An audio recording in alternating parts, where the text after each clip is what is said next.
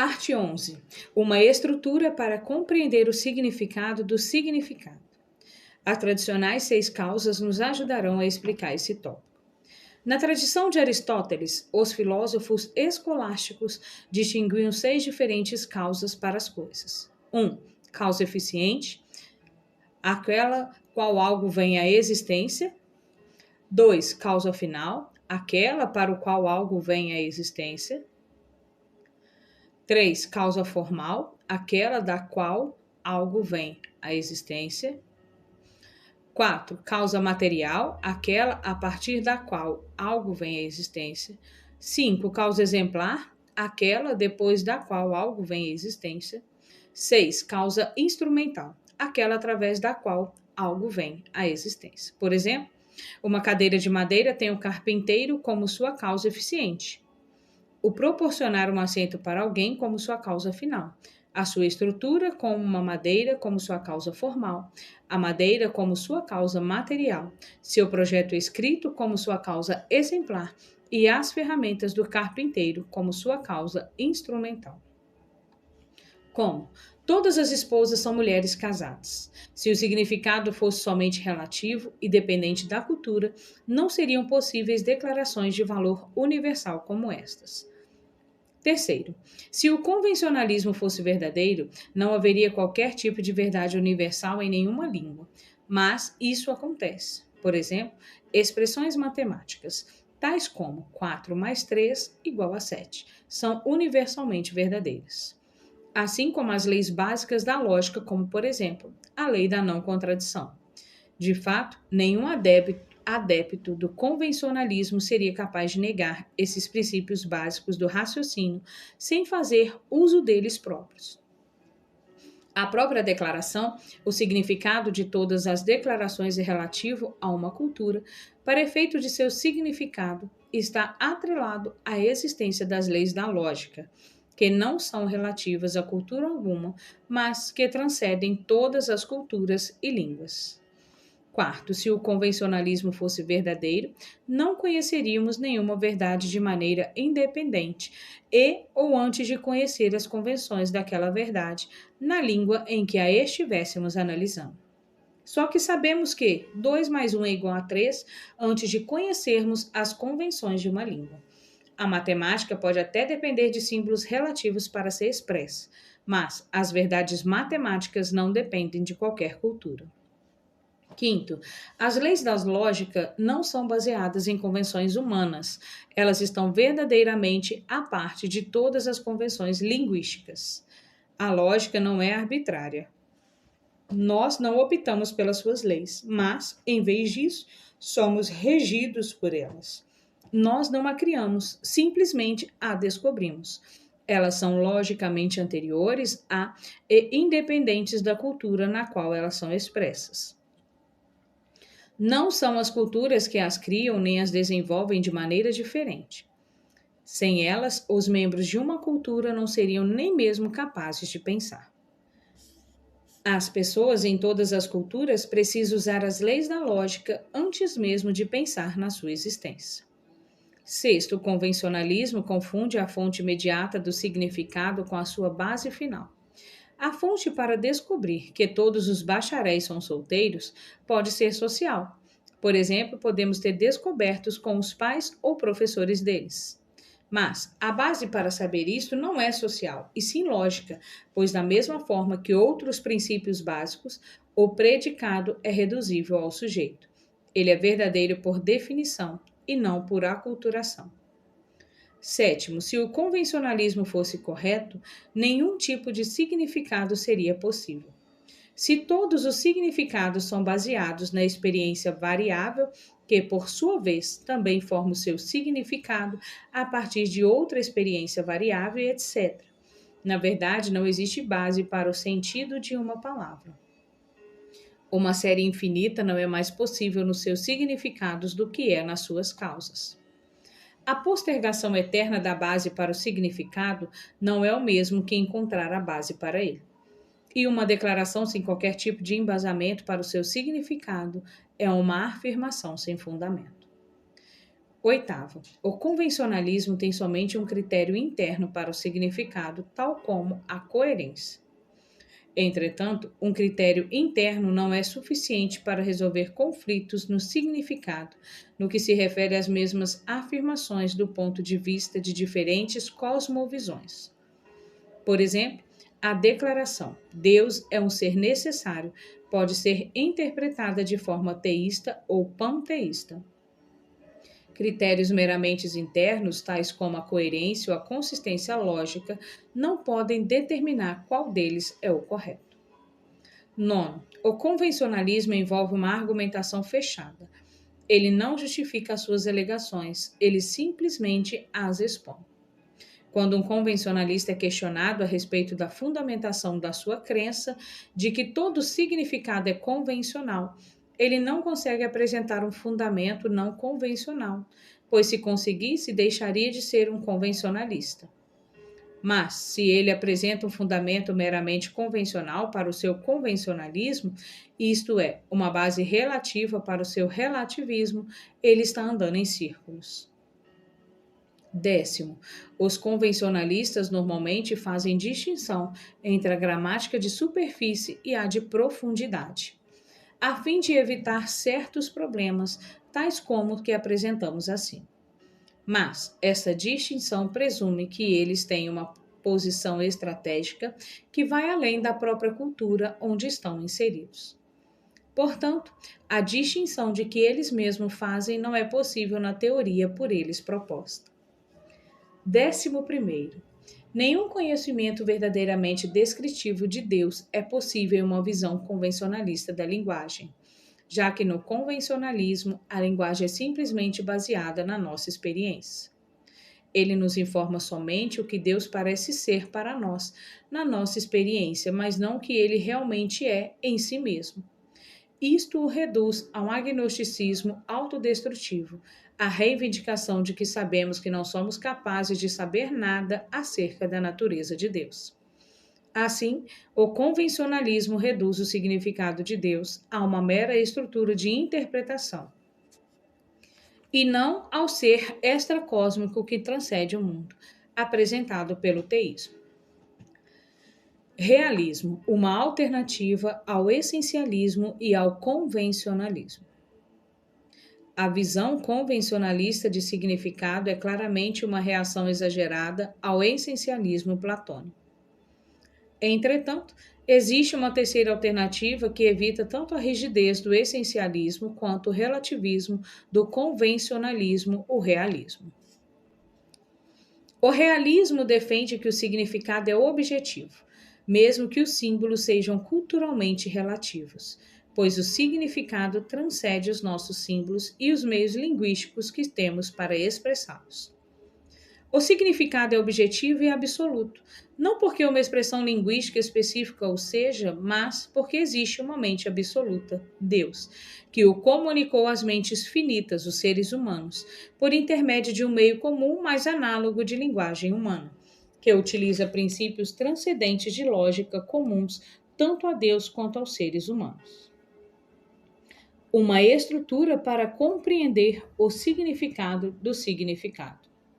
As tradicionais 6 causas nos ajudarão a explicar esse tópico. Na tradição de Aristóteles, o significado é encontrado na causa formal.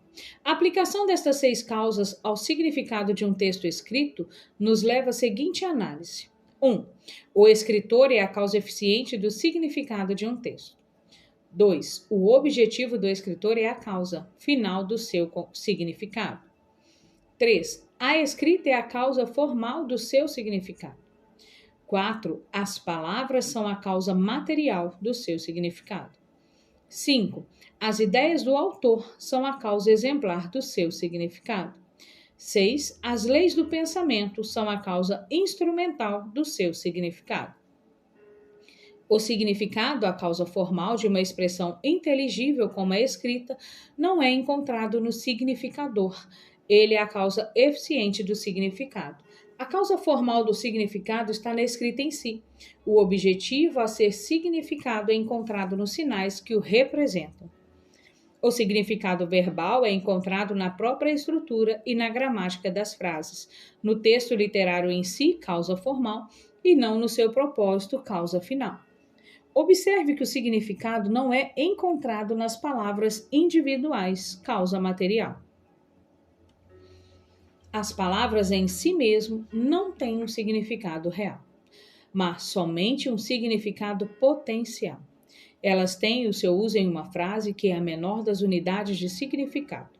Retornando a um exemplo anterior, a palavra inglesa bark, latir ou casca de uma árvore não tem significado inerente, mas vários usos diferentes em frases que têm um significado, tal como o exemplo abaixo a respeito da palavra pena em português.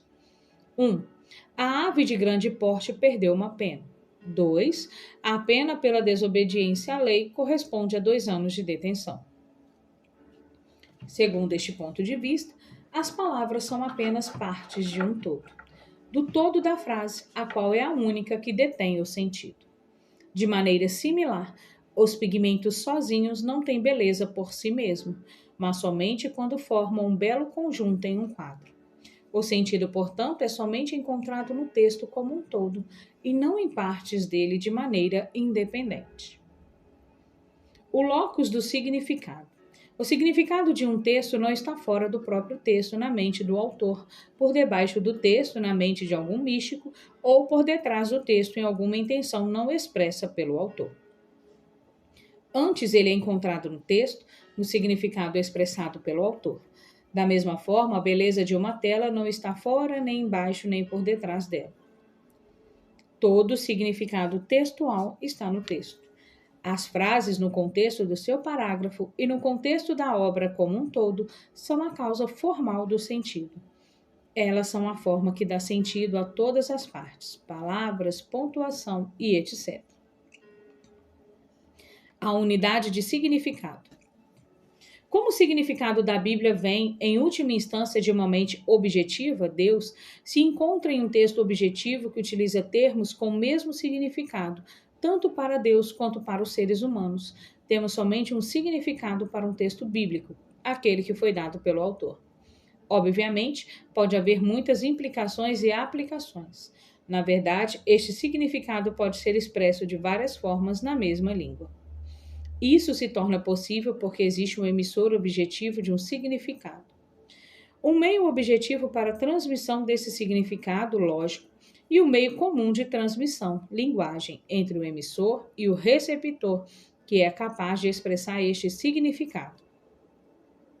Este significado objetivo é encontrado na causa formal, linguagem, que proporciona a estrutura ou forma do significado. Assim, o significado da revelação de Deus estende ela na Bíblia ou na natureza. É encontrada em uma expressão objetiva do emissor, o idealizador do significado. Assim, mesmo que a visão de um sensus unum, sentido único, seja correta ao afirmar somente um significado para um texto, exige, entretanto, um sensus pleno, sentido pleno, em termos de implicações e aplicações. Por exemplo, Einstein sabia que E igual a mc², energia é igual a massa multiplicada pela velocidade da luz, que é uma constante ao quadrado, da mesma forma que um estudante secundarista normal hoje também sabe. Todavia, Einstein conhecia muito mais as implicações e aplicações disso do que o estudante da escola média. De maneira similar, Deus, visto ter ele inspirado o texto bíblico, conhece infinitamente mais a respeito do tópico e enxerga mais implicações e aplicações em uma afirmação bíblica do que o seu autor humano consegue enxergar. Mas ele não afirma um significado que vai além daquele que o autor humano do texto mencionou. Pois tudo o que a Bíblia diz, Deus diz. Tudo o que ela afirma ser verdadeiro, Deus afirma ser verdadeiro. Tanto o autor divino da Bíblia quanto o humano afirmam um significado único e idêntico em um texto único e idêntico. Não existem dois textos, não há dois significados para o texto.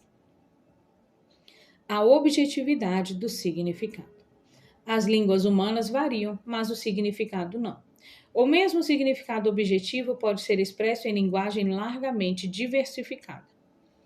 ao contrário do essencialismo, que insiste em uma correlação de um a um entre o significado e a expressão, e ao contrário do convencionalismo, que argumenta em direção da existência de uma correlação de muitos para um entre o significado e a expressão, o realismo afirma que existe uma correlação de um para muitos. Ou seja, um significado pode ser expresso de muitas maneiras diferentes em diversos idiomas, e até mesmo na mesma língua. Assim, a linguagem pode mudar, e na verdade muda, mas o sentido que ela expressa não muda. O uso da palavra se modifica com o passar do tempo, mas o significado daquela palavra em uma frase não muda. Por exemplo, na versão inglesa da Bíblia King James Version de 1611, a palavra let significa impedir. No inglês moderno, ela significa o contrário, permitir.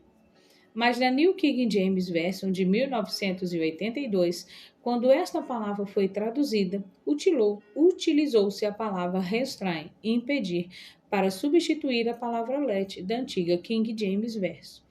O uso das palavras se modifica com o tempo, mas o seu significado não. Outro exemplo do mesmo ponto é o significado matemático. Se escrevermos 2 mais 2 é igual a 4 ou 2 mais 2 é igual a 4, o significado é o mesmo, ainda que o modo de expressar seja diferente.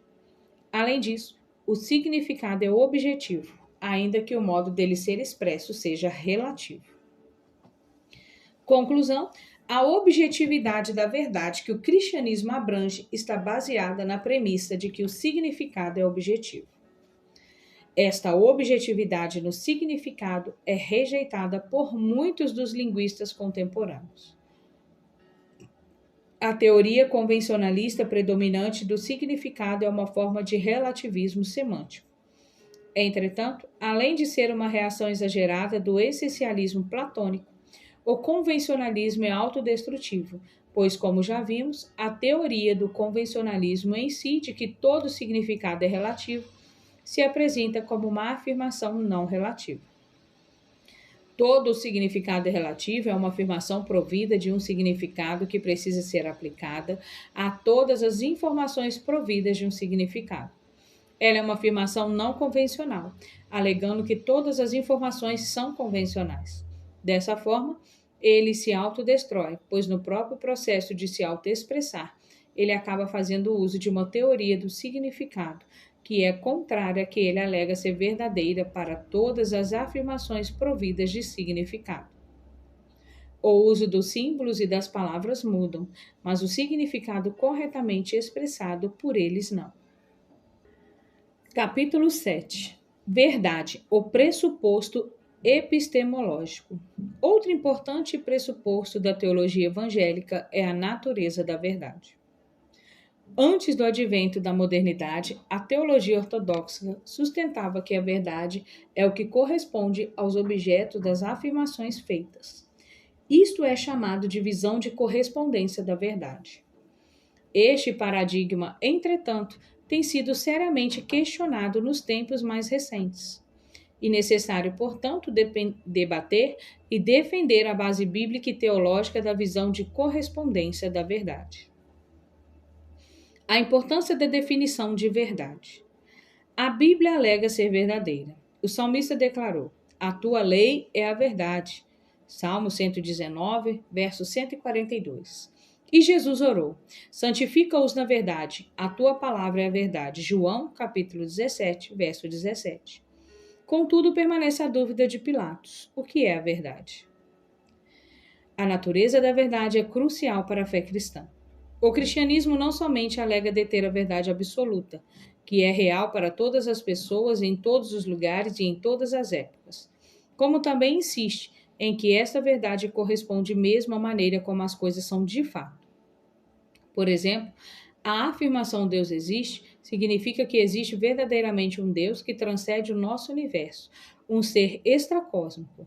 Da mesma forma, a afirmação de que Deus ressuscitou Cristo dentre os mortos significa que o cadáver de Jesus de Nazaré voltou à mesma vida e saiu mesmo do túmulo de maneira sobrenatural, depois do seu sepultamento. As reivindicações das verdades feitas pelo cristianismo, na verdade, correspondem exatamente à forma como as coisas nos são informadas. A natureza da verdade determinará o que se quer dizer com a alegação de que a Bíblia é verdadeira. De igual maneira, ela afetará seriamente o debate importante sobre se a Bíblia contém ou não erros e o que especificamente significa inerrância bíblica. Pois, se a verdade não é o que corresponde aos fatos, mas simplesmente o que o autor quis nos transmitir, a Bíblia pode ser inteiramente verdadeira, mesmo contendo erros factuais, por mais estranhos que isso possa parecer. A definição de verdade. A verdade pode ser compreendida tanto a partir do que ela é, como a partir do que ela não é. Antes de podermos saber o que ela é, precisamos examinar o que ela não é. O que a verdade não é? Existem muitas visões inadequadas da natureza da verdade. A maioria delas resulta da confusão entre a natureza, definição da verdade, e uma tese, defesa da verdade, ou da não distinção entre o resultado e a regra. Isso será esclarecido abaixo nos exemplos que demonstram o que a verdade não é. A verdade não é aquilo que funciona. Uma teoria da verdade é chamada de pragmatismo e foi proposta por William James e seus seguidores. De acordo com a visão pragmática, a verdade é aquilo que funciona, ou seja, ela está no valor monetário de uma afirmação. Nas palavras do próprio William James, a verdade é o que há de vantajoso na busca do conhecimento. Isso significa que uma afirmação é considerada verdadeira se ela gera os resultados certos, e uma experiência presente como confirmada por uma experiência futura. A inadequação desta visão da verdade fica evidente a partir de várias considerações. Primeiro, os seus proponentes não esperam que compreendamos a sua expressão da sua visão da verdade por intermédio do pragmatismo, mas por intermédio da correspondência, ou seja, eles não querem que aceitemos uma visão pragmática da verdade porque ela parece ser efetiva, mas porque esta corresponde à forma com que eles acreditam que as coisas realmente são. Segundo, a visão pragmática faz confusão entre causa e efeito. Se algo é verdadeiro, irá funcionar, pelo menos a longo prazo. Mas o fato de algo funcionar não torna necessariamente este algo verdadeiro. As mentiras normalmente funcionam, mas a sua efetividade não as torna verdadeiras. Elas continuam sendo falsidades, independentemente do seu resultado. Terceiro, o conceito de verdade como aquilo que funciona é uma visão limitada e restritiva da verdade.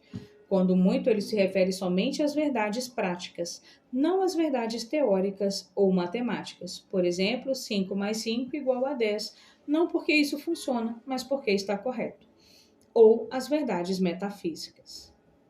Quarto, a apresentação que o pragmatismo faz da verdade não é a forma como a verdade é compreendida na nossa vida cotidiana ou em um tribunal, por exemplo, onde a demonstração da verdade pode ser uma questão de vida ou de morte. Nenhum juiz aceitaria o testemunho de alguém que diz: juro dizer o que me for conveniente, tudo que me for conveniente, nada mais além do que for conveniente, de modo que a experiência futura me ajude nesse sentido. Quinto, os resultados não resolvem a questão da verdade, pois mesmo quando os resultados são atingidos, ainda se pode perguntar se a afirmação inicial corresponde ou não aos fatos. Se ela não corresponder, então não será verdadeira, independente dos resultados alcançados. A verdade não é aquilo que é coerente. Alguns pensadores sugerem que a verdade é o que apresenta consistência interna. O que é internamente coerente, o que é autoconsistente. Entretanto, essa continua sendo uma definição inadequada da verdade por duas razões. Primeiro, a própria afirmação. A verdade é aquilo que é coerente. É apresentada pelo seu proponente como algo que corresponde à realidade. Assim, a teoria da coerência depende da visão de correspondência contrária da verdade, até mesmo para se expressar. Nenhum coerentista deseja que aceitemos a sua visão simplesmente por acreditar que ela seja coerente, mas simplesmente porque ele acredita que ela seja verdadeira. Isto é, porque, na sua opinião, ela representa corretamente o estado real das coisas como elas são. Segundo, Afirmações vazias podem ser coerentes ou permanecer firmes mesmo quando são privadas de conteúdo, ou seja, quando não se referem a coisa alguma. Por exemplo, todas as esposas são mulheres casadas. É uma frase que apresenta coerência interna, mas ela é uma afirmação vazia, porque não nos informa nada a respeito do mundo real. A informação seria verdadeira mesmo que não existissem esposas. Na verdade, ela significa: se existir uma esposa, ela deve necessariamente ser casada. Mas ela não nos informa que existe uma esposa em parte alguma do universo. Uma combinação de afirmações também pode ser internamente consistente, tal como ocorre com uma conspiração em um tribunal, na qual se mente debaixo de juramento. Além disso, a coerência, na melhor das hipóteses, não passa de um teste negativo para a verdade, ou seja, afirmações são falsas se forem consistentes, mas não são necessariamente verdadeiras se forem consistentes.